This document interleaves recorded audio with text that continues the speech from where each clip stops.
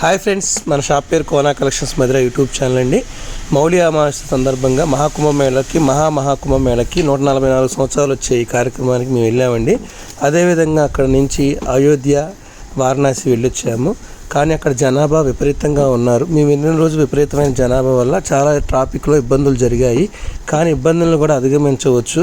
మనం కష్టపడితేనే కావాల్సింది దక్కించుకోవచ్చు. కాబట్టి ప్రతి ఒక్కరూ ఇలాంటి గొప్ప కార్యక్రమాల్లో పార్టిసిపేట్ చేయండి.